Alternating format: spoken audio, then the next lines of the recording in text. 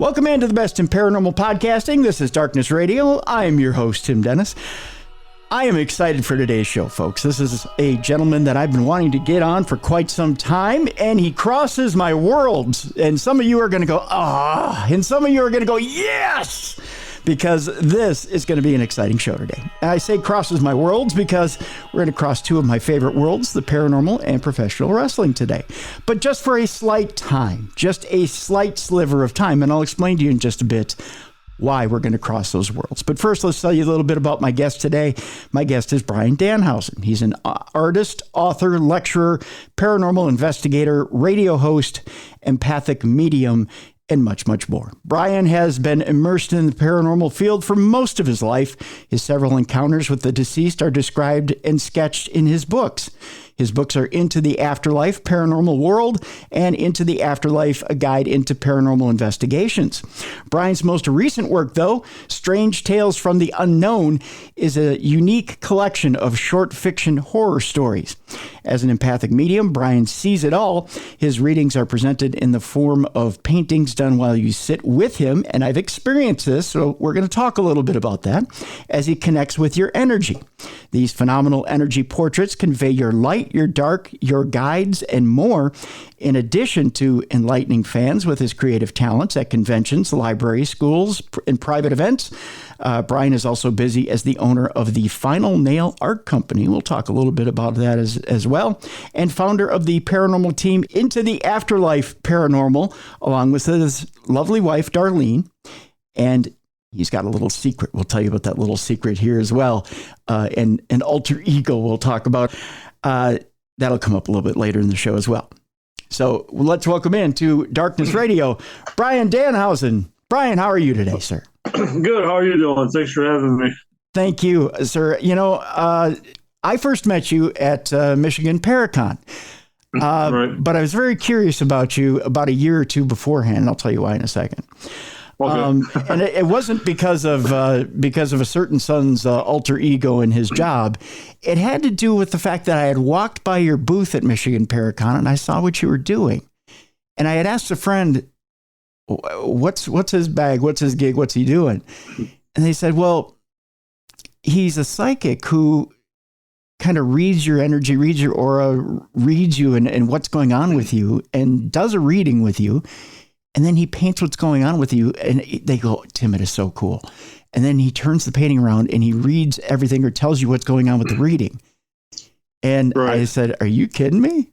And I said, well, you know, there's kind of the same thing going on with the Perrys, but they work as a team. I said, he's like a all-in-one type deal. Like he does it all. And they were like, yeah, you have to sit down with this guy. And the last I had heard when I had asked this friend, they were like, oh no, he's all booked up. I mean, you know, he's booked up pretty much, you know, yeah. The minute he gets into the convention, you got to get him right away. So I went, all right, I guess next year. Well, the next year I came in and I'm sitting at my booth. And I go, oh, I got to get upstairs to that guy. Well, then I realized that guy had a famous tie that I knew about. So I went, oh, I really got to get in with this guy. So, but you were so busy. I managed to sneak in and get my first portrait with you. And when I set an intention before I sat down with you of what I wanted to come through, and it was nothing I expected.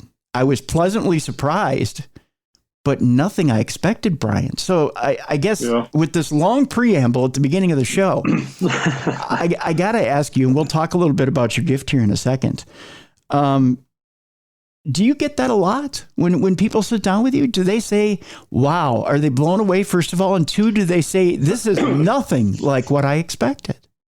Yeah, they sit down expecting, I guess, whatever they're expecting. And then I'm pulling up stuff that, again, like you said, you're not expecting, or yeah, they do get like, what? How'd you know that kind of thing? Mm-hmm.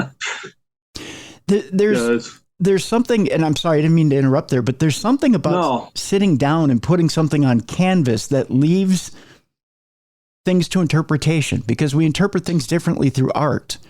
Right. Do you feel like when you put things on canvas that it leaves a different interpretation open to the person that you're reading?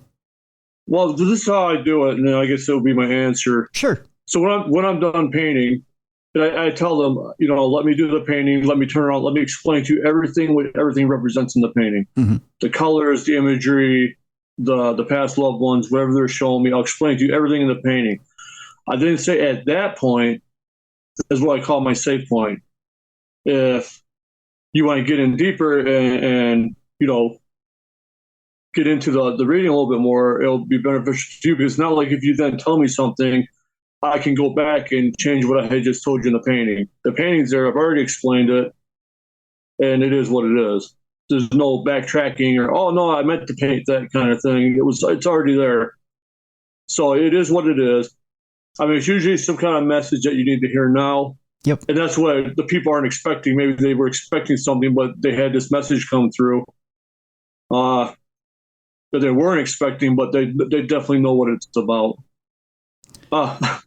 Along that same line, as a quick story, is I was doing this. I've done this shop twice now, and it's funny. The first year, I painted this young lady, and I painted an infant energy, the symbol for that, and I told her, somehow it's connected to you. Sometimes I don't like doing infant energies, because sometimes it's ones that have come in for a minute and left or didn't quite make it in. But I said somehow it's connected to you. So this past year, I went to the same shop. This lady came back in pregnant. Wow. So that was going on. And they all, the shop owners and all the people there are like regulars, so they all knew it. And so I was walking around the shop going, "Infant energy. You got infant energy." They're like, no. You're just getting everybody knocked up. That's amazing, though. I mean, that was a good one. Oh, go ahead. I'm sorry. No. I like the validation of that. That's just, it's good to. That's so cool, though, that just comes through like that. Right. Let me kind of tell, and I just want to, I want to talk about your gift first, and then I want to relay my story, and then I think by that time we'll get to break here. I want to talk about your gift in exact terms so people get an idea. So let's walk them through the experience, and we'll do it like I'm approaching you at Michigan Paracon. Okay. So, because that's the experience I can relate to. So I walk up to your booth, and you and your lovely wife, Darlene, are sitting there.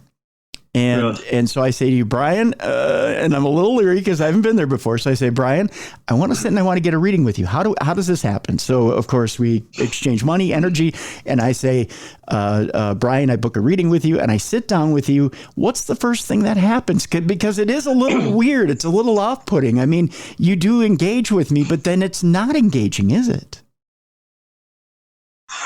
So when I first started, I would hold people's hands. Mm-hmm. And I would kind of, they would say they could, feel, and I could feel certain things. Thanks to COVID, I learned to adapt.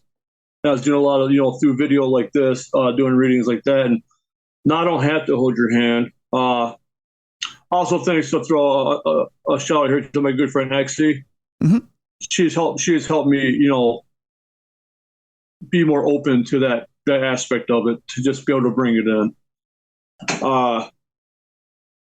Yeah, so sometimes I say you to come by and sign up, and you come back an hour later. But when you're signing up, sometimes I pick up stuff then.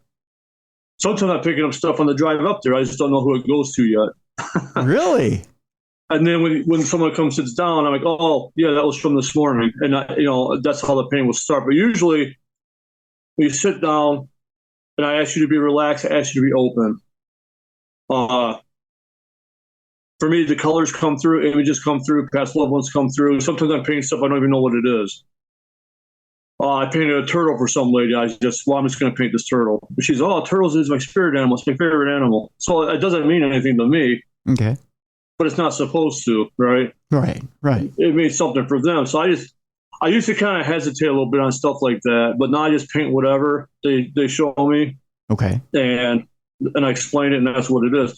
I mean, sometimes I have to look up, like, say it is a spirit animal. I got to I'll look it up because I'm not familiar with it, and say, this is what it represents. But again, I'll do that before I start, I guess, trading verbiage with the with the client. So I guess I'd like to get everything out that I can before they start saying, "Oh yeah, well this, and this." Okay. That way, so, I guess there's no leading me, I guess. So the one thing and this is the question I would ask you, because having sat through one of your readings, there's a point where you put on headphones, and you still do this, put on headphones and paint? No? Okay. No, again, that was for the distraction of the cons. Okay. You know how loud they are. Yes, they're very loud. They're very loud. And it just kept, I guess I have a better time keeping track now because a lot of things pop in my head. Okay. That I'm trying to remember and paint. And as I'm painting, more things are coming in. I see. And sometimes I'll stop for a second and make sure everything's gone. Okay. And sometimes other thing pops in. That used to keep me more focused on a hand. But again, I think as the more you do it, the more you develop. And I don't use the headphones per se anymore. Okay.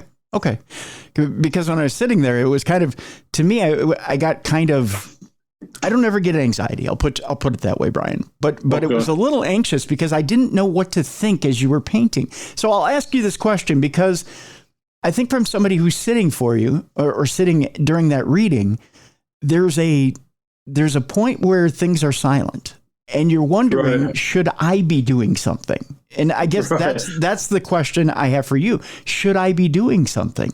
Should I be throwing out some intention? Should I be trying to call somebody forward that I want to hear from? Because a lot of psychics, the way they work, they'll say, well, focus on somebody you want to hear from, or is there somebody that you want to hear from? In this case, what's the best advice for the person who's sitting for you? Like I said, for me, because I mean, all readers read different. All readers have different messages. Just real quick, I might have someone that comes from another reader and said, well, they didn't say that, but you're not going to get the same message from different readers. They have different abilities. They have different messages to give you. Like I said, I just ask you guys to be relaxed and open. So I open and close myself so I don't go crazy all the time. Mm-hmm. So for me, opening is obviously it's a visual thing. It's in my mind.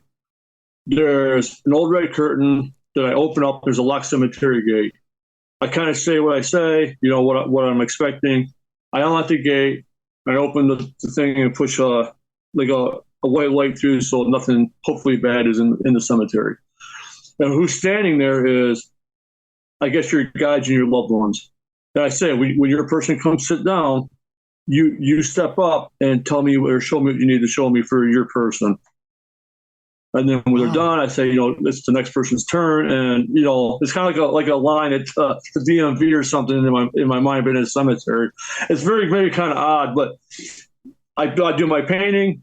That's what I said. Sometimes I'll track you down a half an hour later because they forgot something. They come back. I'll say, oh, they wanted you to know this as well. Really? Yeah, I've done that quite a few times. I've had people just walk by the booth and not do a painting for them and not even charge them or nothing, but I would have them just sit down and say, hey, this, and this. And that's it. That's all. I just had to tell you that. It's kind of weird. Okay. But when I'm done, I close everything up, lock it back up. And does that work 100%? No, because I still get stuff coming through, but for the most part, it keeps me kind of focused and level on my regular life as opposed to having people at the gate all the time. Now, I'm going to ask you some bizarre questions, but have you ever been at one of these public events and I've seen this happen before at a public event here in Minnesota, which was quite unnerving. Have you ever been at a public event, you're doing a reading for someone and something comes through that relates to a crime or a missing person?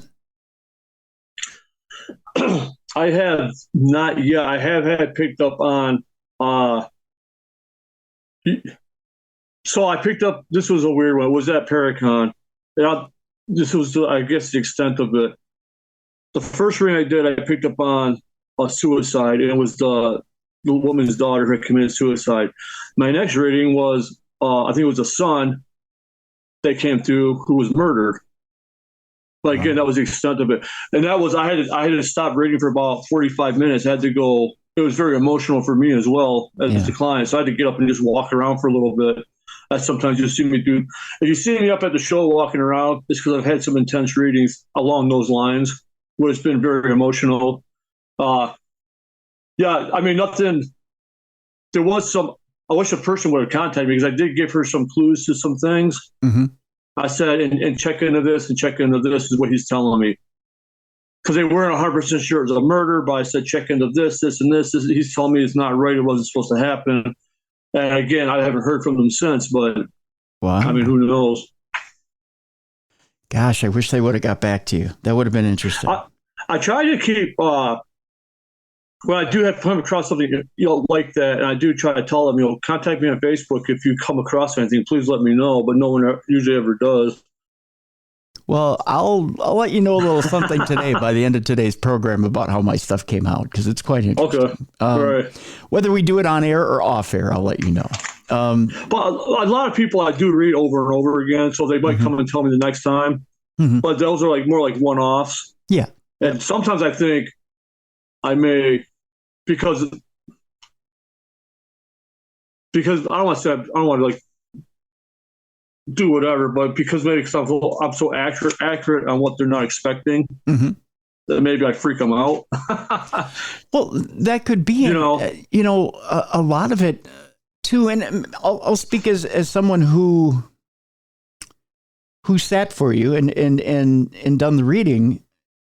You have two directions in which to go, Brian. You can, and you're right. You were very scarily accurate.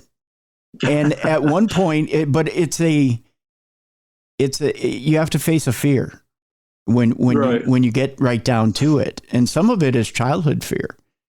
Right. And you either embrace it and go with it and dig deeper, or you get up and you walk away from the table and just say, I'm not doing it.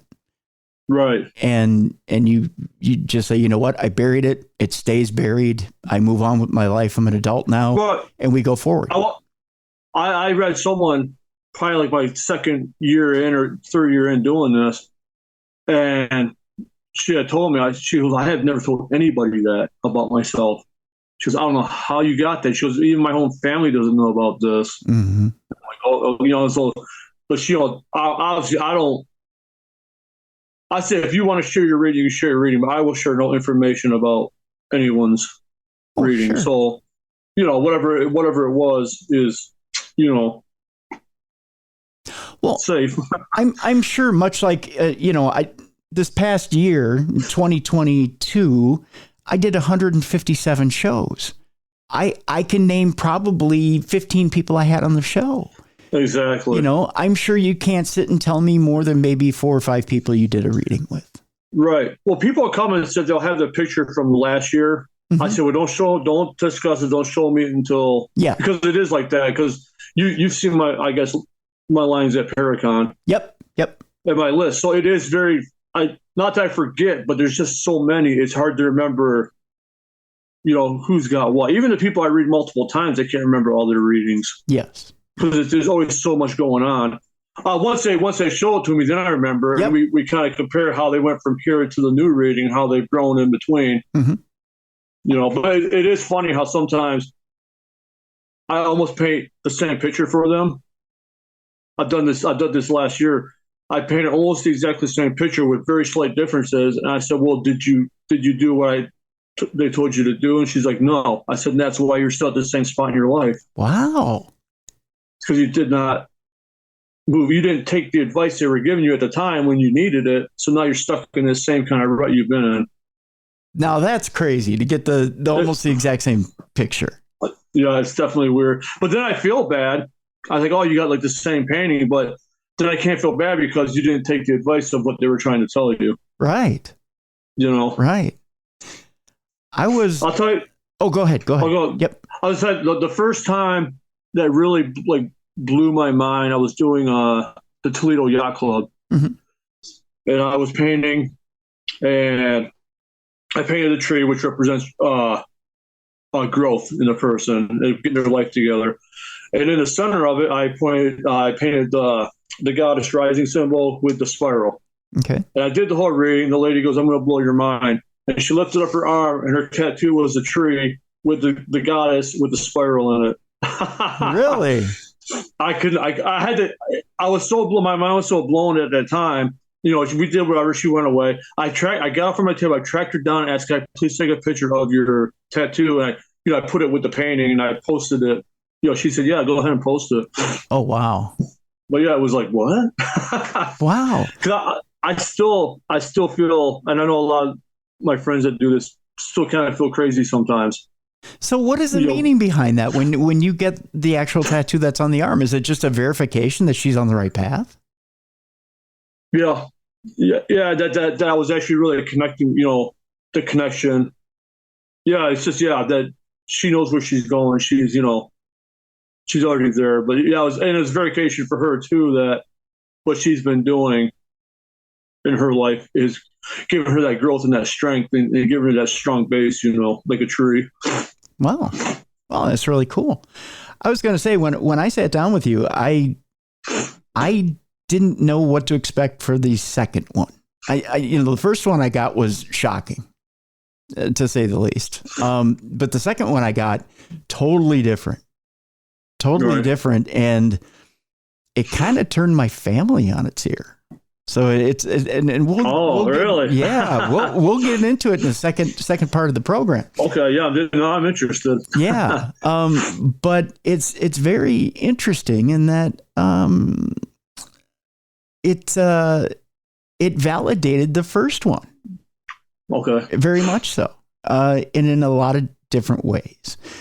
There's some things I'll tell you off air, Brian, and there's some things I'll tell you on air. But it was enlightening. It was very enlightening. So, but yeah, when you handed me the second one, I immediately got on the phone. I went up to my room, got on the phone to my aunt, and it was actually the mystery was solved by my uncle, who's been on the show. My Uncle Robert, my Uncle Bob.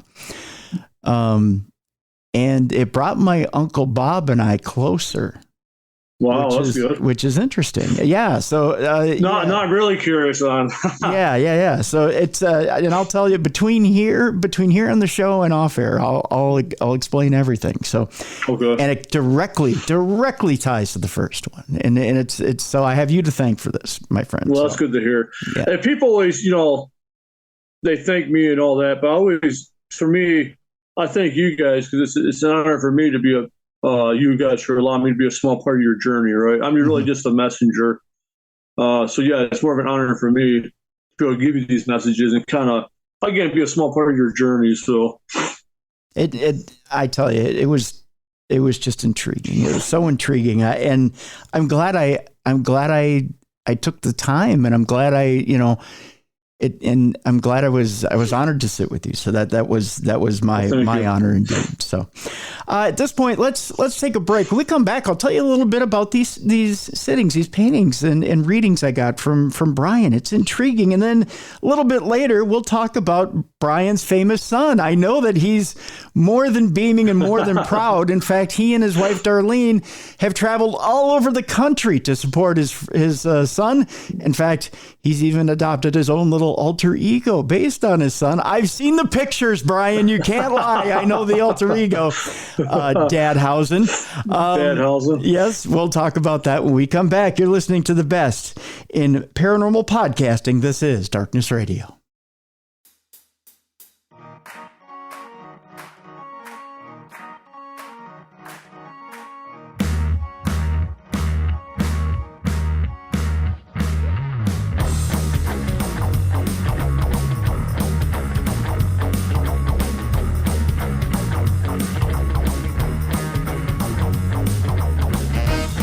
Welcome back to the best in paranormal podcasting. This is Darkness Radio. I'm Tim Dennis. Our guest is artist, author, lecturer, paranormal investigator, radio host, empathic medium, Brian Danhausen. Brian, we should mention the books you have out there, Into the Afterlife Paranormal World and Into the Afterlife, a guide into paranormal investigations. We'll have a link in the description of this show so that you can go get those books.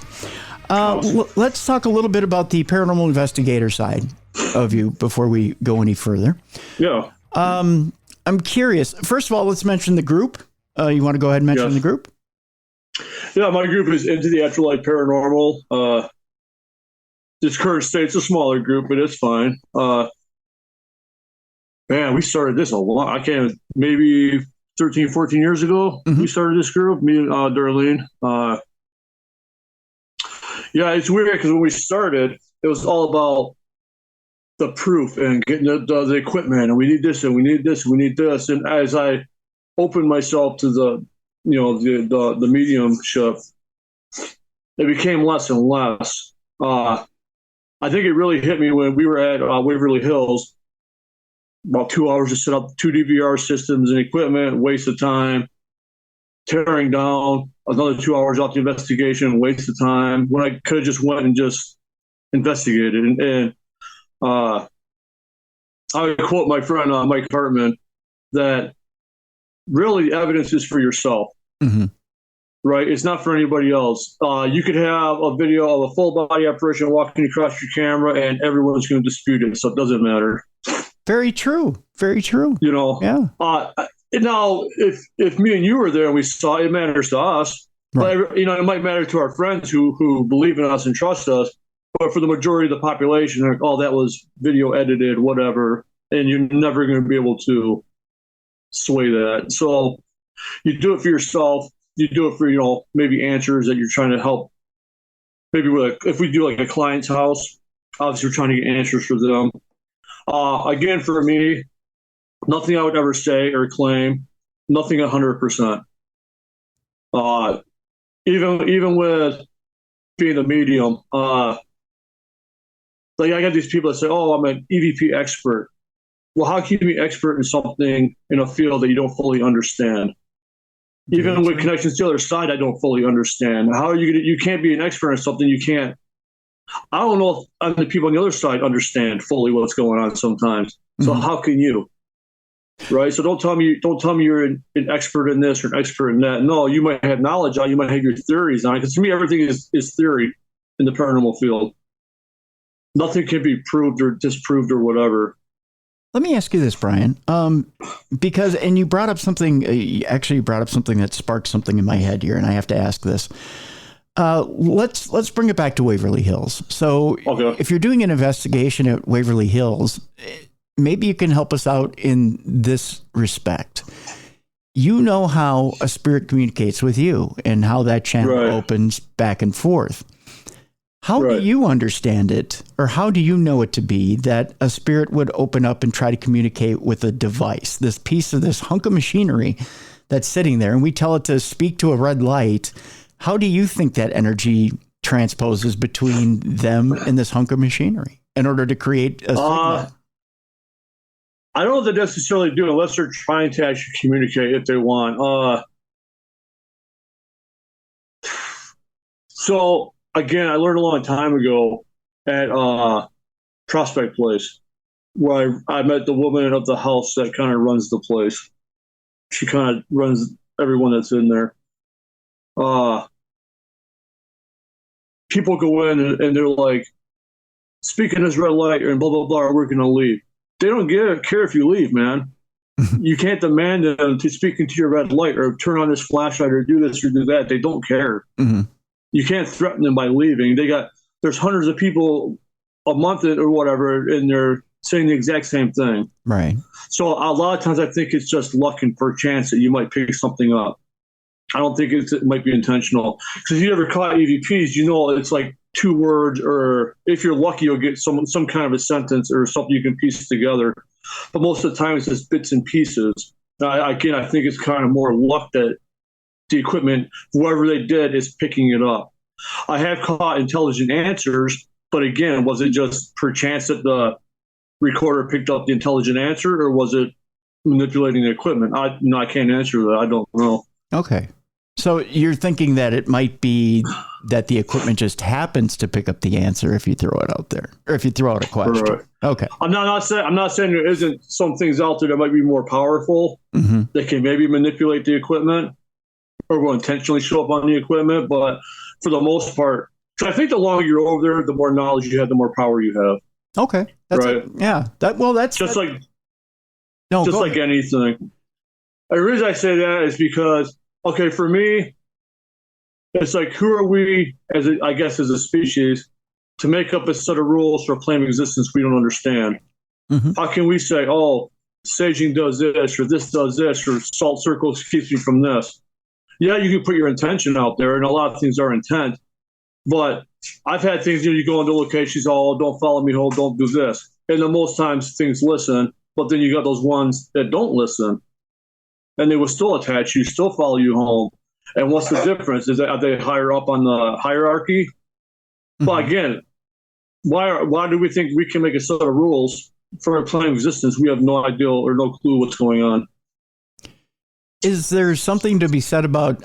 Let's talk about the battle of wills here between us as humans and a spirit on a certain plane of a hierarchy. If something is of an evolved spirit and decides it wants to try to come home with you, are we evolved enough as humans to say, no, you're not, depending on where they're at? Right. Again, it's a 50-50 shot for me. You try, like I said, a lot of it's intent. God, so it's so hard to even to say because you don't know. Because just so you know, you could pick up a voice of a girl, but you can't tell me 100% that's a girl. It could be something mimicking a girl. Right. Yeah. It's just everything is so questionable about what's going on. I'll tell you a quick little. I call these they're dreams, but they're visits. Okay. And when I was first starting to open up and stuff, and if I ever see this house, I could name it detail for detail in my dream. Mm-hmm. So if I ever see it, I'm probably going to freak out. Mm-hmm. But I was talking to this kid, and he's like, the long story short, he's like, I said, what are you doing here? He's like, you want to know? He said, you don't need to know that. Nope. It was like something up higher was looking, but they sent this lower, I don't want to say lower form, but a lower thing to come and talk to me and then report back to them. Really?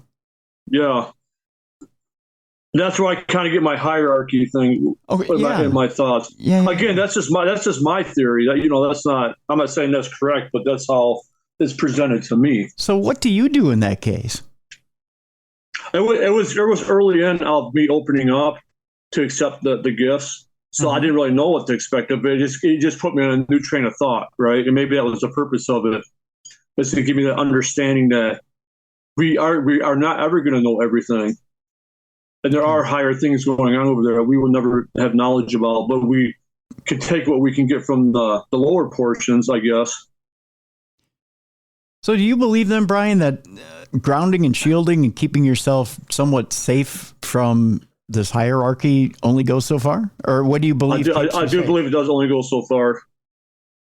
Again, it's your intent that you're putting out into the universe. It's your intent for protection. And I'm not saying it doesn't work, but I'm saying there's things that it can override that from my personal experience. So what ultimately keeps you safe? Ultimately, nothing.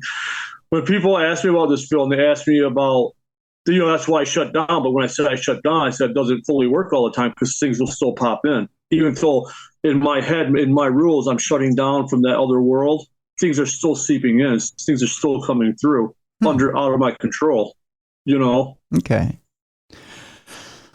Have you, and I'm not being condescending here. Don't get me wrong, Brian. But have you talked to somebody like Echo Bodine or someone like that? I mean, I know you're talking to Exy. Has Exy said anything to you about how to keep that from 100% out? I don't think there is 100%. Like I said, I don't think there's 100% of anything. Is it because, and again, this is not a grandiose statement or a derogatory statement. Is it because maybe you're just that powerful that you can't help but dip into that and you can't shut it off completely? I don't know if it's me personally, but I would assume some people are, that they don't have that something will always, get in there because they are powerful. I'm not saying that's me, but like I said, I've gone into places and I've done my rules forever, and I've walked off with attachments. I've gotten jumped when I was in a state of mediumship. When I say jump, something kind of got in me. Yeah. Then I didn't go back to the location for like a year, but then I went back and went off and faced, without my fear, I guess. But yeah, you go in with these rules and stuff, and sometimes it doesn't work. Okay. I know. Just in my experience, I've heard, other people talk about it as well. Uh-huh. Yeah, I mean, like I said, everything's intent. Everything's intent. When I used to talk to, like Tenny about the Ouija board, to me, a Ouija board is just a piece of equipment. And he's like, right, it's a piece of wood, but it's the intent someone's putting into it. Yes. Yeah. What's coming, whatever. It's still, to me, it's just an old piece of equipment. Everyone's freaked out because of the movies of a Ouija board. Mm-hmm. It's no different than holding, speaking to the red light. Move this, move that. You're still opening that door. You still have to shut the door down. That's right. Yeah, you're absolutely right. Yep. And I get that. So I wouldn't be a responsible interviewer without asking you. So you have been, and I'll use your words, you've been jumped, you've had these attachments. So what keeps you going back over and over and over again with a paranormal group to face it yet again? Or what keeps you doing the mediumistic work if you've been jumped? Well, I said the jump kept me all the locations where we used to do tours at here in Royal Oak. And it kept me away from that place for almost a year. Okay. Until I had to kind of step up in my inner self and say, I have to go face this thing. I can't just let the fear kind of control me. And maybe that's part of to keep going back. And it's for the answers, It's just maybe a curiosity. The mediumship to me is almost different than the investigating. For some reason, it seems separate to me. Even though I'm dealing, to me, when I'm doing the readings, it's more like your guys, your loved ones are coming through, as opposed to a ghost or a spirit of a prisoner in a prison. Okay. You know what I'm saying? Yeah. To me, there's a difference. Now, will they communicate with me in the prison? Well, of course, because I open myself up because I'm looking for those answers, I guess. Okay. Is it two different channels, almost like a CB radio? I know I'm dating myself by saying CB radio. What's a CB radio? What's a CB radio? You know what? That's what it kind of feels like. It does kind of feel like it's two different channels going off when I'm doing the two separate things. Okay. Now, I've had some within my readings. I don't hold back, and some people don't get the happy light go happy readings.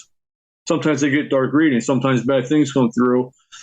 But I don't hold that back because I think it's my job to still let you know, well, this is upcoming. This is a warning for you. This is, go check this out. Go look at this. This is your heads up. Okay. It's not pretty, but it's your heads up. So you need to take this message and go with it. Again, when I'm at a location, I guess it depends on the location too, on what you're connecting with. Don't you feel though like those bad things come to every gifted person, but they hold them back? I do feel that sometimes. Yeah, it's just a matter of personal preference that right. Whether they want to deliver that news or not.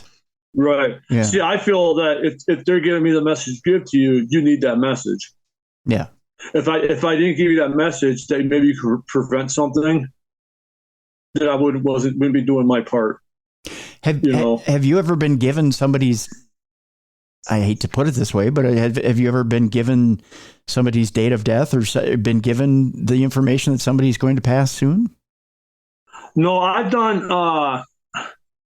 like, so the one of the symbols is the death symbol. And it can actually mean a death, or it can mean like a death of a part of you, or almost like you've had to let something die off so you can move forward. And I've had painted that, and then maybe a few short time later, someone passed in their family. Okay. So I guess, but not an actual date, but maybe like a heads up. Oh.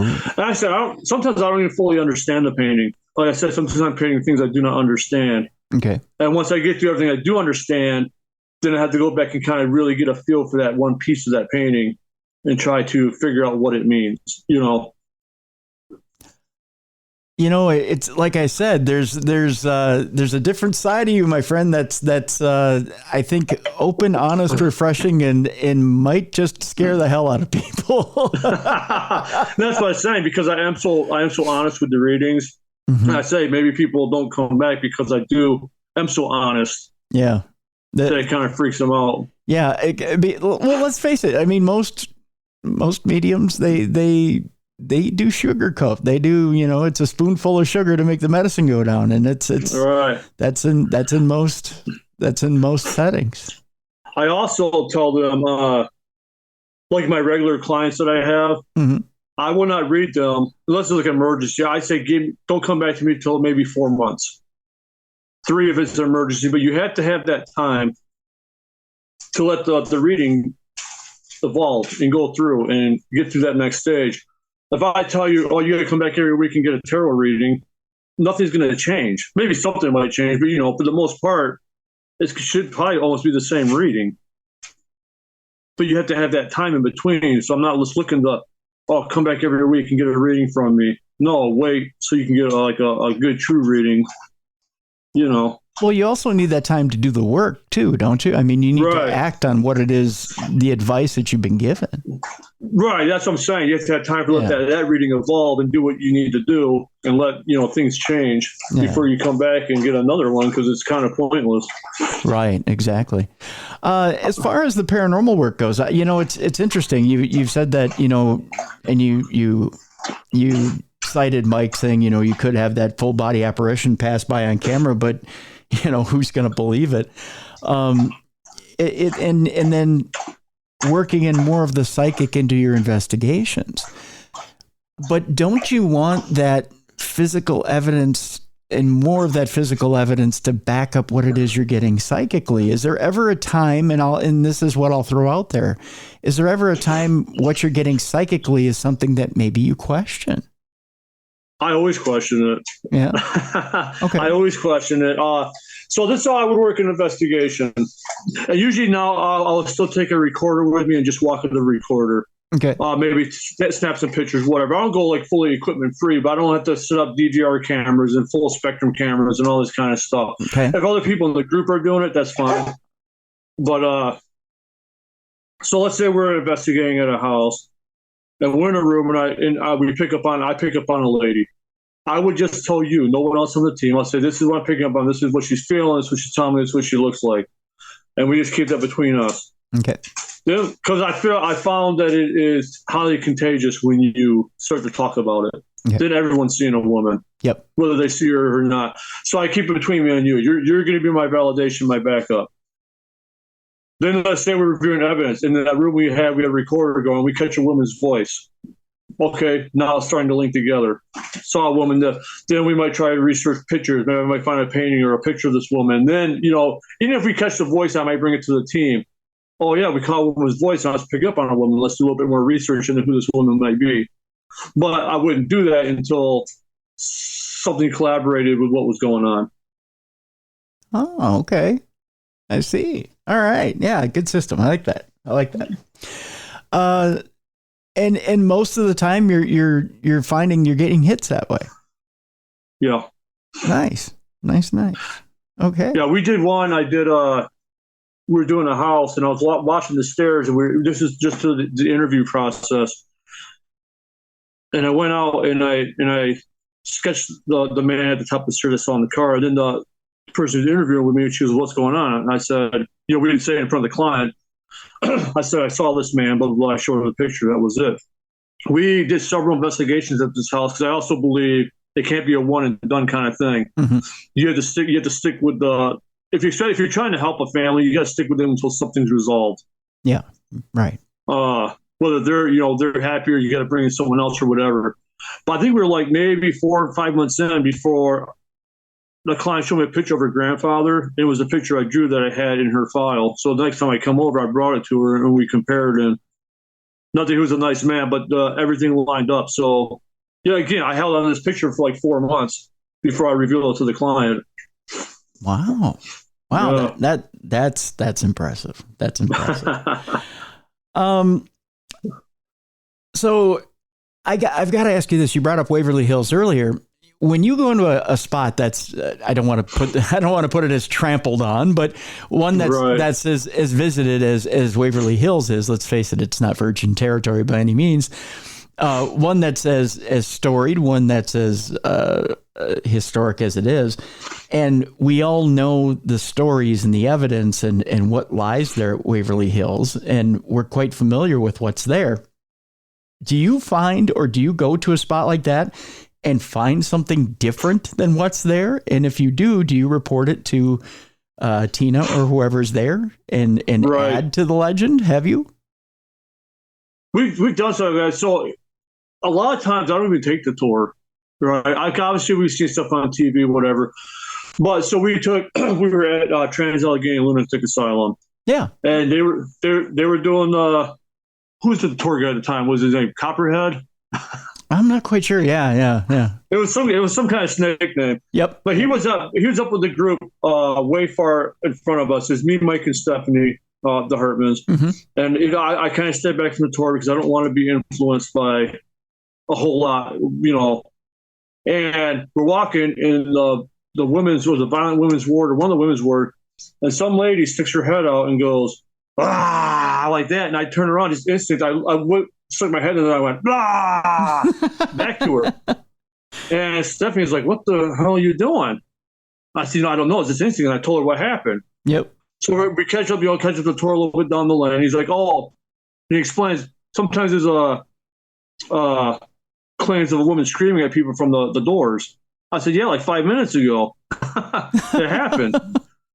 So staying back, even when we do a house for a client, they go in and they hear the stories. I try to stay out, maybe set the equipment, whatever, because I don't like to be influenced by anything going on. Okay. Again, someplace like Waverly, you see on TV, you see on the show, so you're going to know a lot of the stuff going on.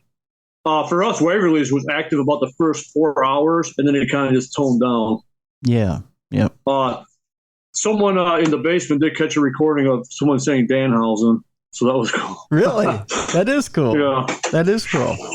Do you feel, and I'll ask you this on investigations too, do you feel like some of these spirits seek you out, or like you're some sort of magnet for them? Do they come to you? I do believe everyone has gifts, but some people use them more, or they've enhanced them, or just naturally strong. But I do think you are like that beacon of light kind of thing, where they are attracted to the ones that are definitely more open to receiving the message.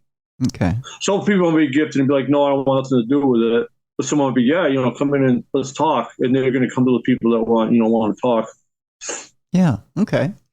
Because there are some like me who step onto an investigation and it gets a little cool in the room, if you know what I mean. And then there are others that walk into an investigation and let's just say it heats up quite quickly. Right. Yeah. I got home from an investigation in Gettysburg, and I had a friend who had a recorder. I've told this story many times on the show.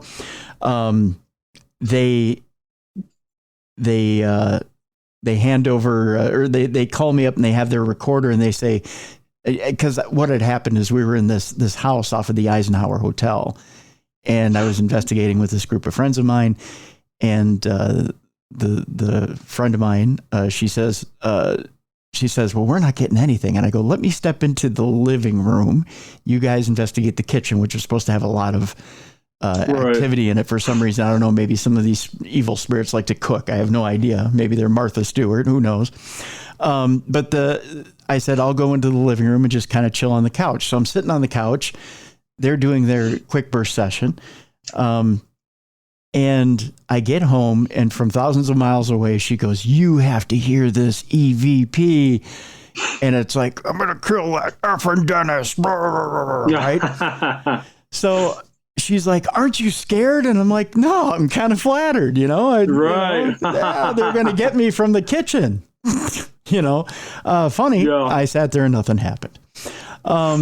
So, it's just, I got to mention, that's great. But I'm also a firm believer that, and I hate to reference this movie, but I feel hauntings are almost more like the movie Ghost. Yeah. Yeah. They're going to have their favorite spots, but I don't necessarily think they're stuck in like this room or this kitchen when they saw all the activities in the kitchen. I don't think they're in that kitchen 24 hours a day. Right. I think they can move up. Maybe that's their favorite place to be. Maybe that's where a lot of activity happens, but I don't think they're stuck. I think they can move about. They could probably even leave. Yeah. The premises are, like Patrick Swayze. Sure. Yeah. Yeah. I sincerely doubt that for some reason the kitchen is keeping all these ghosts and they can't go upstairs or something like that. Right. Yeah. I never. We've tried to do that, and say, oh, if you were communicating, if we were getting like hits downstairs, we go upstairs and try to say, come up from downstairs and try to, give us the same kind of responses on the REM pod or the whatever it might be. Yes. Yeah. I'm with you, Brian. I've never believed that they could, they're tethered to a leash somewhere. There's some sort of psychic leash that keeps them, tied to the stove in the kitchen. there's just never anything like that. No. That just doesn't make sense to me. So let's switch gears here and let's talk about the encounters between you and I. They took place in 2021 and 2022 in August at Michigan Paracon. And if you guys had never been, I highly encourage it. Tickets are on sale right now for 2023, for August of 2023. And we'll have a link in the description of this program. Michigan Paracon is the place to be. That's the place where you want to get a reading from Brian, but you got to do it early. Like first day, literally go see Brian, get it lined up because these fill up quite quickly. So like I had mentioned earlier in the program, the first opportunity I had to see Brian, I hadn't put two and two together. I really hadn't. It didn't hit me that I didn't even know. I didn't even remember what your last name was. I just saw you painting, and I thought that was really cool because Michael and Marty Perry do something similar where it's Michael is painting the spirit he sees. Oh no, Michael is channeling. Marty is painting the. Is that how it works? I'm trying to remember. I don't remember. One does the other does the other. It's been a while since I've seen him work. I'm going to get emails telling me exactly how this works too. You know that, Brian. So the two work separately but together. And I'm like, wow, so Brian does it all in one. I gotta sit down with him. And I didn't get that, like I said, I didn't get that opportunity the first year. Second year, you were nice enough to fit me in. It was kind of a last minute deal. And I sat down with you. I think I was the last person on the last day or second to the last person on the last day. You fit me in and you sat down and you were gracious enough to sit down and do the painting with me. And I was blown away. And you explained to me that there was as I'm sifting through my phone trying to find the image. You explained to me that the image itself had me in a bed as a child. Okay. Mm-hmm. And off to my right side, the left of the picture was this, what looked like a giant wolf character. And you had explained you'd seen this in your closet quite often as a child. And I went, yeah, it scared the hell out of me. Mm. And I remembered. All of a sudden, it was a memory that I had buried. Right. But then, boom! It just, the minute I saw that thing sitting there on the canvas, I knew what it was. And I was like, oh yeah, I remember. I was terrified every single night. I remembered the closet that it sat in. Everything. I just chills, right? But then it had a deeper meaning. That meaning I think I'm going to keep to myself. I think I'm supposed to keep to myself, which we'll talk about off air. And then there were some figures all around me. And then there was a red line across my throat. Okay. But then I was standing over myself, the way that it was painted. Right. A larger me standing over little Timmy in bed. And I'm trying to remember I'm trying to come up with the picture here. I have so many pictures on my phone. It's ridiculous. left. And I'm trying to remember what was to my right or to my left, that right. But you went through this painting and you explained that there were gifts there that had to open up and that I had been, suppressing them. Right. And that there was some other meaning to the painting. Again, we'll talk about off air. And that basically I'd been holding back and something traumatic had happened, that I shut that down. And I knew exactly what it was at the time. I think you and I talked about it briefly. And that was it. And that was that. And I went, whoa, okay. And so you pretty much told me about the work I needed to do. And so I thought, okay, over that year, I'm going to try to do that work. I got a little bit of that work done, but not a lot of it. So then last year I came to see you and I thought, well, I didn't get as much of that work done as I wanted to, but let's give it a ride. Let's see, It's like going back to your dentist and they say, did you floss? You're like, right. Well, I did a couple times. Yeah, I got to the teeth a little bit. Let's see. That day before you're just flossing. Right. So then I'm like, good time to go face the dentist. Let's see how many cavities I really have and if I get shamed. So it was at that point that it's time to face the music. I was going to sit down in front of you and I didn't know what to expect. Okay. So I sit down and you put on the headphones and you're starting to paint. And I thought, how, some people might sit in front of a lie detector, think they can put a penny under their tongue and cheat. Right. I thought if I sat down and I put intention out there that maybe you could, I don't know, maybe you would come through with something else, or maybe, I put the intention out for an answer for something, just anything, right? I was just going to throw it out there and, cast it to the universe and see what happens. You came up with the most interesting portrait. You painted the portrait of a man, just his face. So I'll show you here on Zoom between the two of us. Okay. So that's the portrait you painted.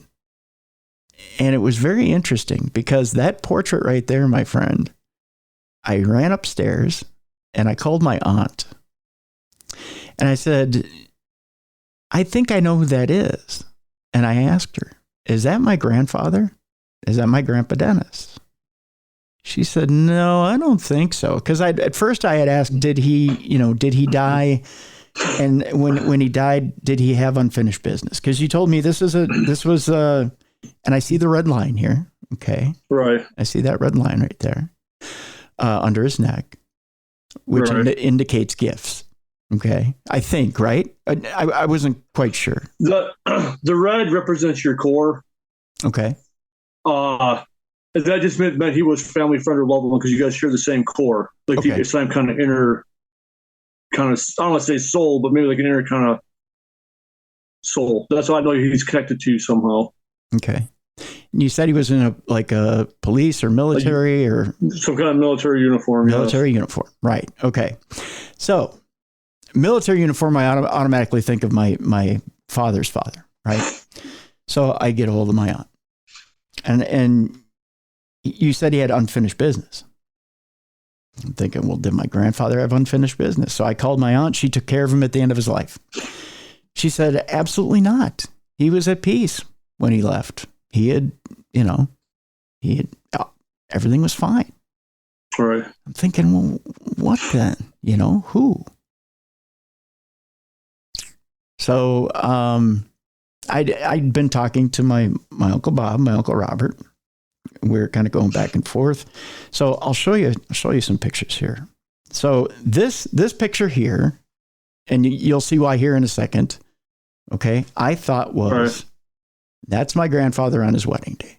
Okay. Okay. So can you see where I would think yeah, I can see the resemblance.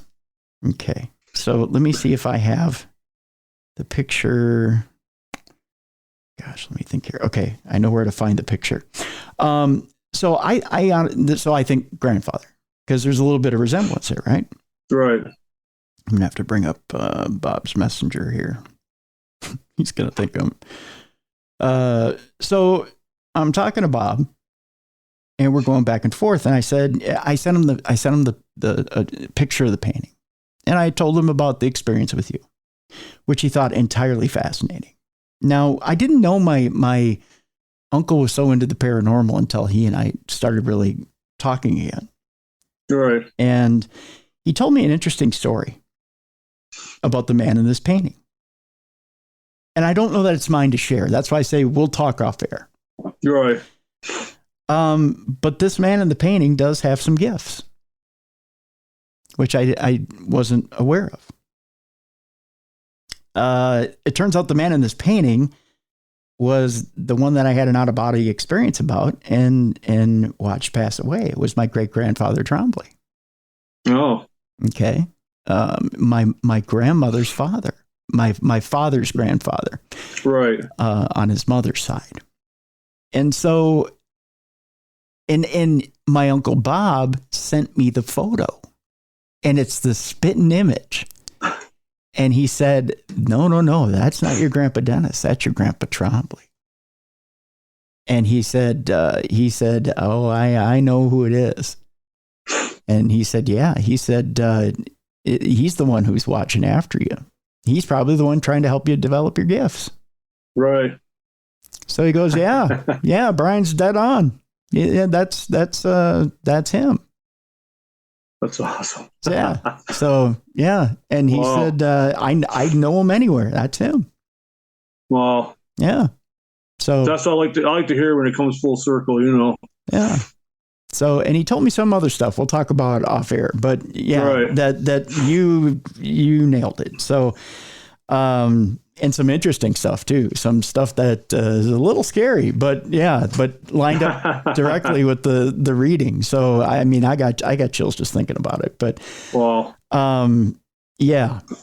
So it's interesting stuff, but stuff that brought Bob and I even closer. So it was, that's good. Yeah. Yeah. So yeah, interesting, very interesting. So I had to relate that to you, even if it's somewhat publicly and privately. Right. Very interesting stuff. So I wanted to encourage people to get that reading, even if it's not at Michigan Paracon, maybe even outside of a convention that you may be at, maybe even, how can people, if they want to schedule even like a Zoom reading or something with you, how can they? Usually I do like through Facebook Messenger. They can just Facebook me and say they want to do a house party or they want to do a private reading via video. It's the same thing. I paint live on the video. And all I'll do is at the end, I'll send you a picture, but I'll mail you. I mail up the painting. Okay. I send you the picture so you have something to kind of reflect on while you're waiting for the actual painting to come. And I have that one. I have the one from the first year. I have the one of Grandpa Trombley. And I also have a third one that you gave me the first year, which I treasure. And we'll get into that subject now. And that is one of your now very famous son who is in the New York Times. Yes. And that is, he goes by the last name of the family, and that is Danhausen, yes. AEW superstar, and who is blowing up all over the globe, my friend. You've got to be proud of your son. Oh, I'm very proud. Yes. It's funny because, growing up, we had the wrestling toys. We watch wrestling. I take him to some of the shows. And he's like, yeah, we grew up to be a wrestler. How many thousands of kids probably say that. Mm-hmm. Yep. He grew up when, was in a band, all that kind of stuff, was working, went to college. He said, I'm going to try this wrestling school out. And he did it. And that was it. That was it. That's amazing. He's so entertaining, so funny. And he took and he put the industry on its ear. And there's always been a tongue-in-cheek sense of humor about the industry. There's always been kind of a wink and a nudge about taking humor to a new level. But he really has taken the humor side of it to a whole new level. And has got everybody laughing and having a good time with the industry. And it's just a breath of fresh air. I did like too, because he had to tap into the very evil side and to fight the factory, and he came out in the slightly different guys, the full evil, and went out there and just got them all. Yes. I love the fact that they're finally unleashing him. There's layers to the Danhausen character. Yes. And he had just been very nice for a long time in AEW, and been part of the Best Friends stable. And then finally they unleashed him to be very evil. And I just kind of went, yes, we're finally going to see the very evil part of Danhausen. So when I was promoting you yesterday on the show, I said, very nice, very evil, very psychic, Brian Danhausen. Cool. Now you and Darlene travel at least regionally, but I've seen you all over the country following your son around. The furthest we went, and it was really like within the week, we booked and got to Vegas for the All Out, I think it was, Vegas pay-per-view. That's probably the first. We try to keep it between like 3, 4, or 5 hours. We try to go, we drive. Maybe get the hotel, whatever. But I said Vegas was like a week out. We booked the plane. We went out there. We got the hotel. It was fun though. Now, was All Out the show where your son opened the show? Was that where he came out with the new garb and everything, the new gear? No, that might have been the second All Out. The All Out we went to, they had. Is that the one where they had the 2 cages? I can't remember, man. We've gone to a lot of shows. I know. Lately. Yeah. It was. They did a lot of shooting at Vegas. I'm trying to think of one. They had the 2 cages. It was Moxley versus the Jericho Appreciation Society, and they had Eddie Kingston. Yep. Oh yeah, Eddie Kingston had the canister of gas. He's going to set Jericho on fire. Yeah. I think I'm thinking the 2 cages is something else, but. Yeah. Blood and guts. Yeah. Blood and guts. Blood and guts. That's what it was. Yep. Blood and guts. Yep. In Vegas. Okay. Yeah. I'm all. I know it all gets it's one blends into another and week after week. But you and Darlene have and at Michigan Paracon, you had your Danhausen t-shirts on. I've got my Danhausen t-shirt on right now. You got your Hookhausen. You got to represent, that's for sure. I first started really getting into Danhausen back in Ring of Honor, when he was in Ring of Honor, and he's been here in town and wrestled for First Wrestling in Minneapolis. So I've been a fan for a while. So I just, but I didn't put, and stupid me, didn't put 2 and 2 together until 2021, when I'm like, oh, Brian Danhausen, like the wrestler Danhausen, and then it hits me. Oh yeah, stupid. Yeah, the same Danhausen. So, and then that's when a friend of mine goes, yeah, that's his mom and dad, and I went, oh, okay, all right, now I got it. Yeah. So I didn't think that he actually went by his real name in the ring. It didn't dawn on me.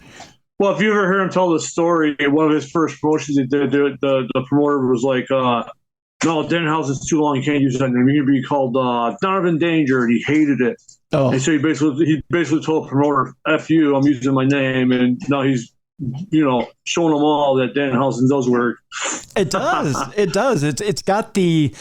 for the demonish type character and to have the almost Eastern European sound with the makeup, it works perfectly. It really does. And I encourage people to check out different, just go to YouTube and put in Danhausen, and you will see some of the funniest material. Whether it be his own videos, unboxing videos online, to some of the stuff he's done with RJ City. You can check out AEW's Hey EW. He's got some great stuff with RJ City on there. Did you have to catch? I'm going to catch that one last night with him and Brody King in the Vloghausen. No, not yet. No. I'm not going to tell you that, but the ending is the beginning is super hilarious. And the ending is hilarious. The stuff, I'll let you watch it. I'm going to watch it. The stuff he did with Brody King all the way back to ROH is pretty funny as well. He's right. And also with PCO, he's done some wonderful stuff with PCO. You know what? I kind of really like that. I wish AEW would have brought PCO over, and they could have kept that going and developed it more. I thought it was kind of underdeveloped in Ring of Honor, but it really could have been something like the Dracula Mastermind with the Frankenstein monster kind of feel to it, you know? Yep. Yeah, and they very much had, if people are going, well, why are you geeking out on wrestling, Tim? They have a very, Danhausen has a very supernatural, monster vibe to him. But it's very funny too at the same time. You can't help but love Danhausen. You just can't. And even if you're not a fan of professional wrestling, you've got to be a fan of Danhausen. If you're not, you're not breathing. You're not breathing. You're not living. Because it is the funniest gimmick ever. We have. I know I've talked to Bruiser before. We got to try and get your son on the show just to do supernatural news, because it's a comedy bit the entire time. Right. I mean, we do some serious news, but we also joke around about the news as well. And we've been hoping to get him on for a while. So in closing here, Brian, again, we want to try and get some people to try your readings, because again, it's one of those things, but I'll tell people ahead of time, you got to be willing to face yourself. And that's one of the things. And I want to ask you this last question as we go out. Do you feel, and when it comes to being a psychic medium, do you feel that you are there? And I'm trying to think of how to carefully frame this question. How do you feel you're there to serve people? Are you there as a counselor? Are you there as a connector? Are you there as an operator of sorts to the other side? How do you feel your role is served as a medium? I think about a little bit of everything. Like I said, I'm kind of the middleman. I'm doing the connecting for both sides. I'm relaying the messages for both sides. So I'm like a conduit, I guess.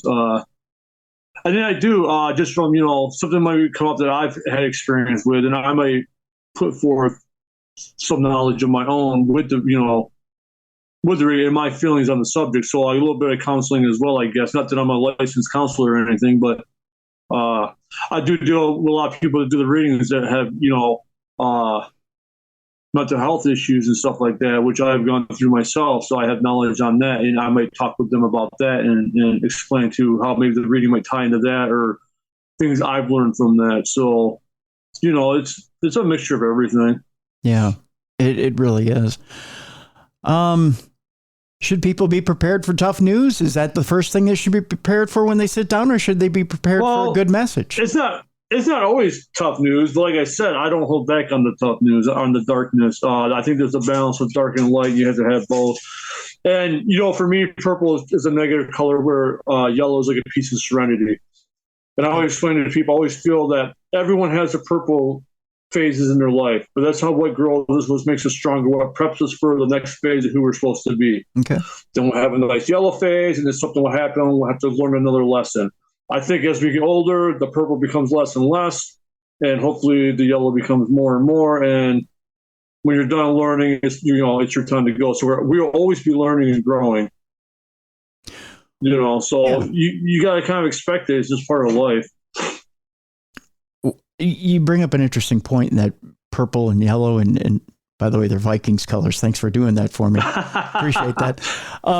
When you, as you're getting older and older and closer to that veil thinning and you passing away, what comfort can you get as you get to that let's say crossing over phase? What does going to a psychic medium do to help ease that anxiety? Because there is anxiety. Well, if the connection is good and you get the message, like for me, the first EVP I ever caught, didn't matter that it was a ghost, whatever, or a spirit intelligent answering me. To me, it was instant knowledge that we are something after we passed on. I don't know what we are, but it was an intelligent answer. I said, this is me and Darlene in the jailhouse, right down at Fort Wayne in Detroit. And when I listened back, and it said, Darlene who? So I knew what we were talking about. I was asking who? Well, Darlene who? So at that instant, I knew we were something more than just what we are. something is going on after, something intelligent is going after. We're just in a certain phase. So for me, depth is just probably the next phase, as a lot of people think, to move on. I also believe in multiple lifetimes. So do we come back? Once we're done learning everything we need to learn, it may take multiple lifetimes. Then we go back to the divine. And I go home, as I say. Yeah. And then you're done. Yeah. So I don't know if that's any comfort at all, but I kind of link that in as. Yeah. Because we're all getting older by the minute, but you mentioned health issues. I've got health issues right now. I'm getting older. It's one of those things where you get a little bit of anxiety, you're like, holy shit, get to that point, you hope to relieve that anxiety. How many times have you heard about or even witnessed, say they've been in the hospitals, as they help whatever they're dying, and at the end, they're like, no, I'm ready to go. True. There's no fear. They know. I don't know. People say, "Oh, I seen my grandma come into the room, in the hospital room, and she comforted me. They're leading me out. She's ready to go." And they're like, "Oh, my dad passed away a few years ago, and we were at some hospice meeting, and he said, he goes, I'm done. I'm ready to go." A week later, he died. So, he had no fear of it. He was ready. He was done with dealing with his sickness. And I think at the very end, I don't think there is a fear. Again, my theory, just from what the stories I've heard and experiences that I've had, because I do think there's that people from the other side maybe welcome you in, and that, oh, this is not the end for me. It's the end of this shell, this body, but something else will continue. And they lose that fear, and they go. Right. That's I'm not in a place or space right now to fathom that you're ready to leave or you're ready to go. I guess I'm so enamored with the way people operate, the way this world operates, and the way that the way that the whole process functions, life, death, spirituality, everything that I'm not ready to be a part of that end process yet. Right.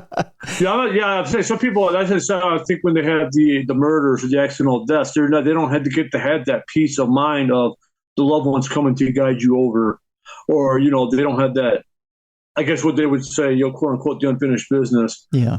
Because it's such a spur of the moment kind of thing. Yep. Whereas, like I said, if you're been laying in the hospital bed for a month, and I've heard people say, "Oh no, I'm ready to go. I'm done. It's time for me to go." Yeah. And they had no fear. Right. Do you think, and again, as we wrap up here, do you, I don't want to hold you. That's the thing.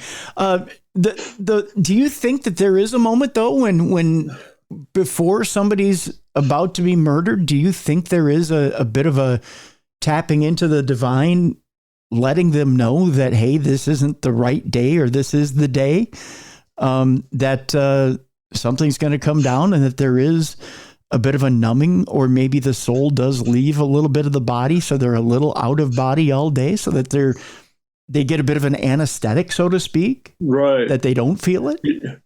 Yeah, it's possible. Yeah, it's something to think about, I guess, because then you always hear again people with these stories or these things that happen where that murder spirit kind of hangs around and gives you these clues until.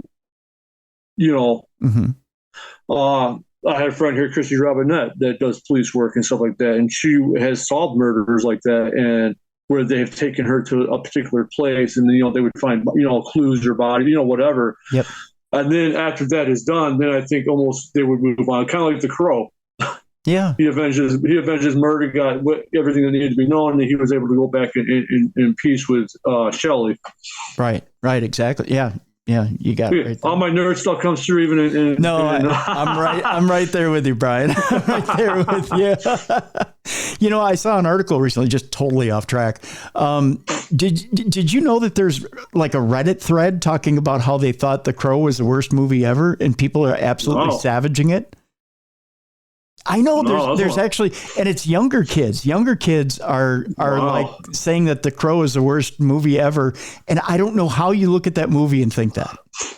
They're probably saying, "Oh, look at all the special effects and stuff they deal with now." That movie is kind of dated as for special effects and whatnot, but the story and the acting and everything's just so good. They were going after everything, though. That's the thing. Yeah. They were going after the story and the acting. Well, I'm sure they'll love the remake. Oh God, the remake will be horrible. Every remake is horrible. Let's face it. It was and the first Texas Chainsaw remake, I think, were really good. Yeah, it was phenomenal. The remake. Yeah. Everything else I've seen remake wise, not that good. That's true. That is true. I could sit and talk to you for hours, my friend. I really could. Let's remind people again, 2 books out there that you want to pick up from Brian: Into the Afterlife Paranormal World and Into the Afterlife, a guide into paranormal investigations. The links are in the description of this program. I want you to pick up those books as well. Brian, you have a podcast that people can listen to. Why don't we tell people about that? Yeah, I actually got to go do a promo for it after this. It's supposed to be at 1:30, but I'm sure they'll wait for me. Yeah, we do the Paranormal Pop, which is we kind of take a mixture of paranormal and pop culture. You don't want to be stuck doing one thing. Like, for example, I had Jim Ballin on, who does Terror Witch of Black Rose. He worked on the cat. He gave us the purple Catwoman suit. Yep. But talking to him and his wife, Holly Golightly, we talk about that, but then he used to be a grave digger. His wife has had paranormal experiences, so everything always kind of ties together anyways. But yeah, so that's just an example of stuff we get into. So that's the Paranormal Pop. It's the first Thursday every month. Nice. Well, I'll get a link from that for you as well. We'll put that in the description. We've been doing just via Facebook Live because we were with a couple different streaming services, and we just kind of opted out and just decided we're just going to do live video via Facebook Live through the Paranormal Pop page. So we'll link up your Facebook in the description of the program as well. So yeah, get the books. Check out Brian's podcast as well, and how can people contact you for readings? For readings, usually the easiest way is via Facebook Messenger. Okay. Unless they got my card, which I hand out at conventions. I killed all my websites and stuff during COVID. I'm trying to reboot them now, but as for now, through via Facebook or Twitter. Okay. What's your Twitter handle? It's just says B Danhausen at B Danhausen. Okay. All right. Perfect. AKA Danhausen. All right. So that's how you get a hold of the man. I encourage you to go out there and try getting a reading from Brian Danhausen. I'll tell you, you'll face your truth. That's the way I'll put it, and it will change your life. I can tell you personally, it'll change your life, and it'll change your life for the better. That's for sure. Thank you, Brian. I want to thank you so much for being on the program today. Thank you for having me. It was a blast. It was a blast. Thank you so much, my friend. Folks, that'll do it for our show today. Want to remind you to take care of yourself and each other this weekend. Winter is now set in. It's fully set in. Here in the Midwest, we've gotten plenty of snow. It's plenty cold, plenty of snow. We're expecting plenty of snow this weekend. It's that time of year where we really have to take care of each other. We've had really bad weather systems. We need things like food. We need coats. We need blankets, warm clothes, and just to support each other and help each other out. I got to tell you, I had a neighbor that came by last weekend. And I think he knows that I have an issue with the Charcot foot. I can't really get out there and plow the way that most of you can and get things done in my driveway. He came to my door. He rung the doorbell and introduced himself. He lives down the block from me. And introduced himself. Said his name was John. And he said, I figured I'd just knock on the door and say hi and let you know that I was going to plow your driveway. And I kind of looked at him leerily because not everybody just knocks on your door and says, I'm just going to, plow your driveway. And I said, how much do you need for it? Because even I get skeptical at times and a little leery. And he said, nothing. I don't need a thing. And I said, really? Nothing? You don't need any money for it. He said, nope. Just figured I'd let you know so you didn't report me to the police for plowing your driveway. I said, no, I would never report anybody for plowing my driveway. Of course not. I said, do you want coffee? Do you need a beer? Do you need anything? Soda? Nope. Just going to go out and plow your driveway. And I thought that was wonderful. I can't thank you enough. So John, if you're listening, I just want to say thank you. It's the only way I know how. I want to thank you for coming by. I want to thank you for noticing people who had a tough time getting the driveway unshoveled from feet of snow and the plow burying us in at the bottom of our driveway. Over here. Thanks for coming by, John. Thanks for helping out people in need. It's guys like John that we need more of in today's society. People just come over and help for no reason. That's why I live in Minnesota, folks. That's why I live here. Why I live in a state that gets way too much snow, that's way too cold in the wintertime. Sure, some of you live in states that are way too hot in the summer and way too nice in the winter. But I live here in Minnesota because, yes, there is such a thing as Minnesota nice, even though we're a little too passive-aggressive at times and we're a little bit bandwagon jumper when it comes to our teams. We have a wonderful theater district. We have wonderful entertainment. We're still a great place to have our kids go to school and a great place to raise your kids. And I love Minnesota. I love living here for guys like John. And people who respond to the show. People who give us good feedback. People that I've made really good friends with here in Minnesota over my long, long lifetime. And I love the people who listen to the show too. So I just want to say thank you guys for listening to the show. The people who support the show are beautiful, wonderful people, loving, caring people. And I want to thank you for listening. That's all. I also want to thank our sponsors. I want to thank Microdose Gummies this week for sponsoring the program. Remember, go to microdose.com to learn more about microdosing THC and to get 30% off your order and free shipping. Once again, microdose.com to get 30% off your order and free shipping. Get yourself out of pain, get yourself out of anxiety, get better sleep, get a creative boost, and get a better workout and recovery. Do that in this new year and make that comeback in 2023. Support Microdose Gummies. They're supporting the show. So let's help each other out here in 2023. Folks, that'll do it for this week. I want to wish you a very happy weekend. Go out and have some fun this weekend. Go out and help somebody in need this weekend. And we'll see you right back here next week for the best in paranormal podcasting. This is Darkness Radio.